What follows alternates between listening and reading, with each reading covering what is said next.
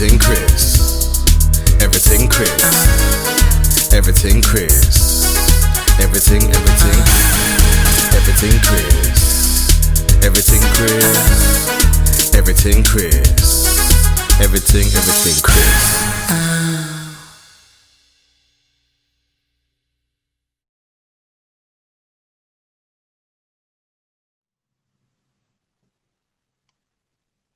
Yeah, something wrong in there. Man. One more time.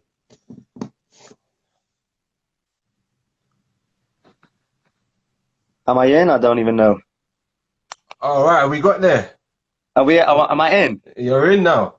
My God, I've been trying to load like carrier pigeons, laptops, everything to try and get on this. My God, I apologize. Oh my gosh. I think it's my phone. Like I couldn't start a live video when I said, "Shall I do it?"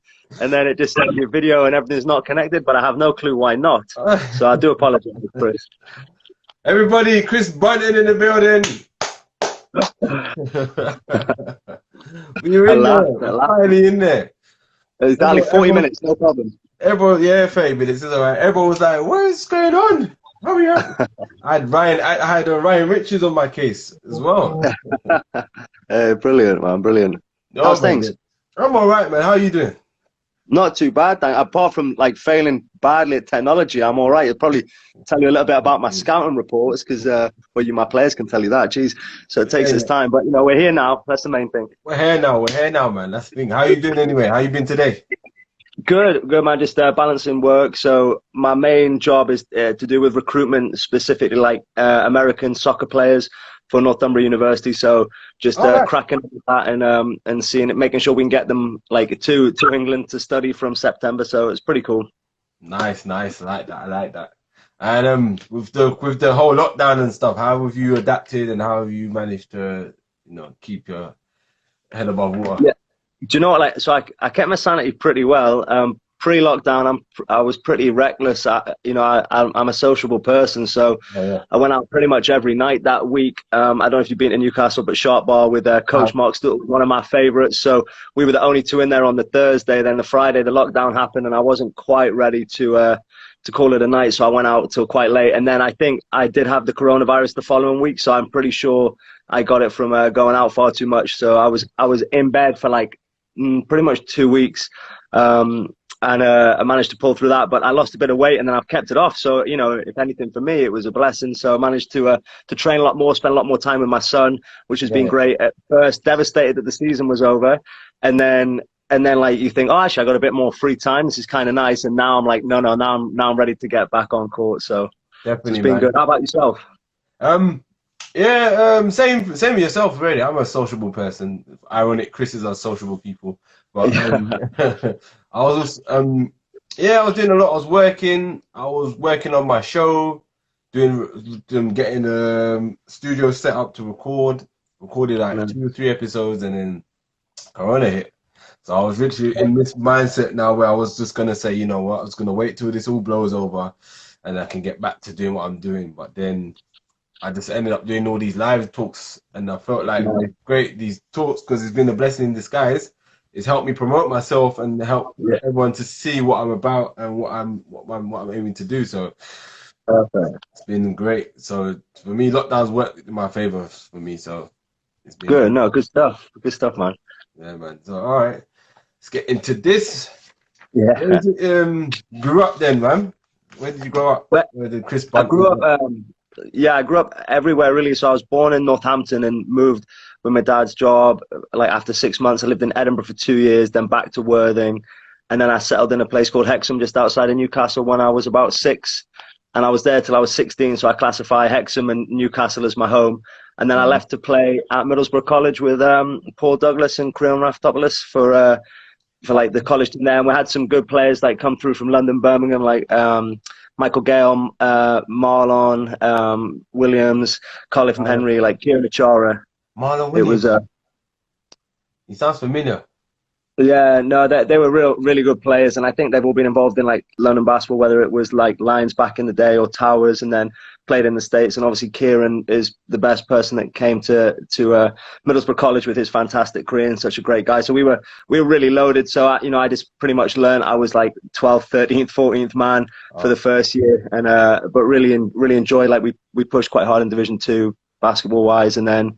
Learned a lot from both of those coaches, and then I'm trying to think. I went to University of Brighton, where I was fortunate to like go down there, try it out with Thunder, but wasn't quite at that level. So played at Bognor for a little bit, but I always knew I was going to be a better coach than player. Like I could shoot and I could understand the game, but that was pretty much it. So I started coaching down in Brighton, then came back up to Newcastle maybe I think about 12 years ago now, and been here since. Been there since, nice.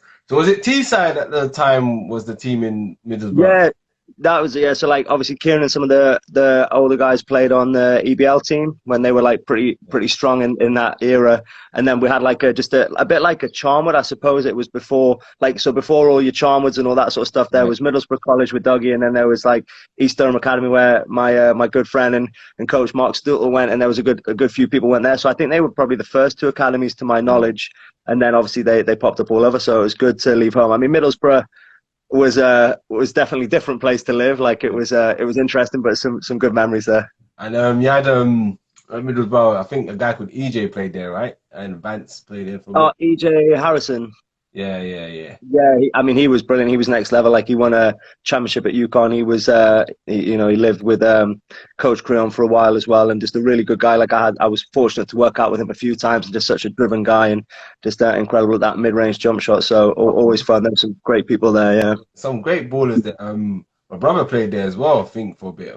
Marcus Knight played there for a bit as well. Oh yeah, Marcus. I mean, he was brilliant. Like he could jump through the roof if I remember rightly. And then like I can't remember. I don't know what happened to Marcus. Like, did he get injured up there? No, he got injured before. I think he went to a tryout in Germany. That's when he got injured. Right. Yeah, I remember him passing through. Like, yeah, that name rings a bell now. So many good people went up there, especially when like Tony Hansen was around, and there was some really good basketball players that made it through there and really developed that area. I mean, Eston and South Bank, where we played, was pretty rough, but it was still a lot of love there. So it was good fun. Definitely, man. So what is it that got you into basketball then? Well, to be honest, I started playing football or soccer to all the people I'm recruiting from the States, and I just wasn't that great. Like I was pretty good. I was always got like the coach's award for collecting cones and all that sort of stuff, so that was great. And then I just thought, you know what, I'm not so good at this. And there was a basketball team at the time, and I thought not many people played, so I went down there and I just fell in love with it. I was about 13, I think, when I started playing. And we had some good older players in Hexham that grew up on the courts, and they really got us into like, watching MJ and stuff like that. And I think at the time it was Beverly Turner who was on Channel 4 maybe doing the basketball show. So we'd watch all that sort of stuff. So that's what got me into it. And then I just fell in love. And then Paul Douglas had just stopped playing for the Newcastle Eagles at the time and set up a PDSD academy out of Gateshead. And I didn't know what to expect. And I turned up there, and I've never seen so many people playing basketball, so many good players. And, he did a lot of good stuff in Newcastle, like really developed the game for a lot of people and opened up the opportunity to go to America. So he was definitely a tough love coach. And I would definitely say that he was my Coach Carter for sure. But that's really what got me into it.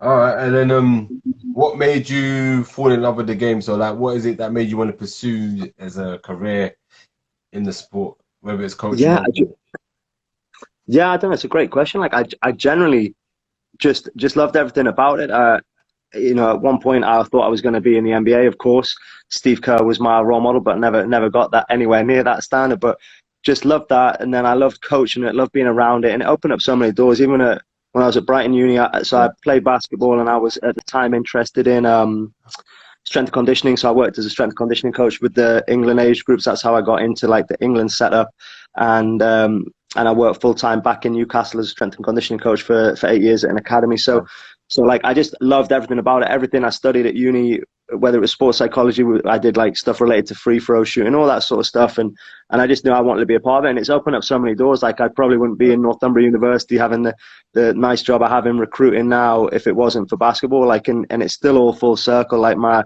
university coaching, my Newcastle Eagles coaching, and then the university job all pretty much links in. Like, some of the links I get to go to the States are from being involved in GB, and then I keep in contact with a lot of the girls I've had the pleasure of working with.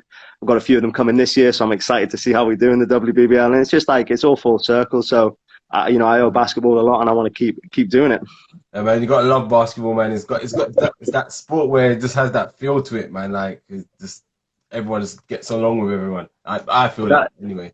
No, you're so right. And like, I don't know if you see much, but we, you know, there's obviously financial troubles, unfortunately, for a lot of teams, I imagine, in the WBBL, like whether Sheffield are or aren't in next year. I think they're going to be in, but, you know, hopefully someone puts some money in, or they go with a younger team. Sheffield deserve to be in there. Definitely deserve to be in there. 100%. And like, you know, we're very, I mean, there's a lot of people, like too many people to name, that have really supported our like Just Giving page, I suppose it is, to fund our women's team next year. But, you know, Paul Nielsen's done a great job in women's basketball, like in and around the country and in Europe and worldwide. Like, he's so good, and he, you know, very kindly donated you know, a large amount to, which pretty much secures us for next year. So, you know, really thankful for the community we have, and like even like some of the ex-players who I see, or even some of my players who are on my like second team at uni have like donated. And I just think, you know what, that shows you how much that basketball can bring to a community, and hopefully we just continue to grow that.